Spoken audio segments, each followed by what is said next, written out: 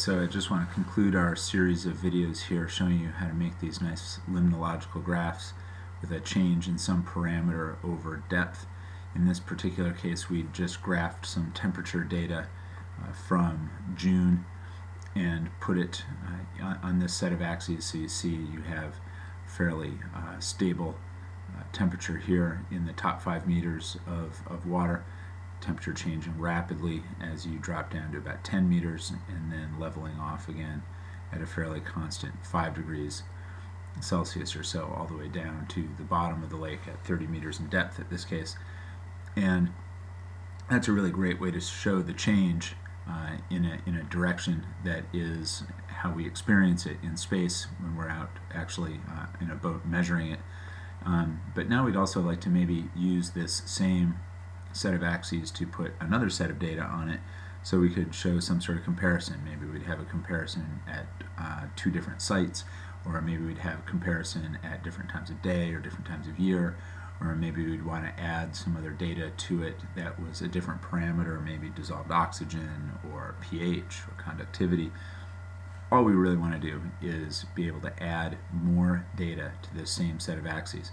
So for this example here, let's take some data here that was recorded in September and see whether or not we can visualize any change in the temperature profile of the lake over the 3-month period of time from June to September. So this is pretty easy, pretty quick. We'll just make sure that we have the chart highlighted and go to the chart menu up at the top and click on the source data option. And here where we have the series options, we want to add a new series of data. So click the add button, and that's great. And now we just want to go through the same sequence of commands that we used to put the data for that first set in. We're going to go and click on this button here for inputting the X values, and remember we're using temperature here as our X value, so we'll go and we'll highlight all of those individual observations and click on the button here to confirm that that is the range of data that we want. And now we want to do the same with the Y values, so click on the Y value button, and we want to use the same range of depths that we had with the other set. And so we'll click on those and click on the accept button, click OK, and there you have it.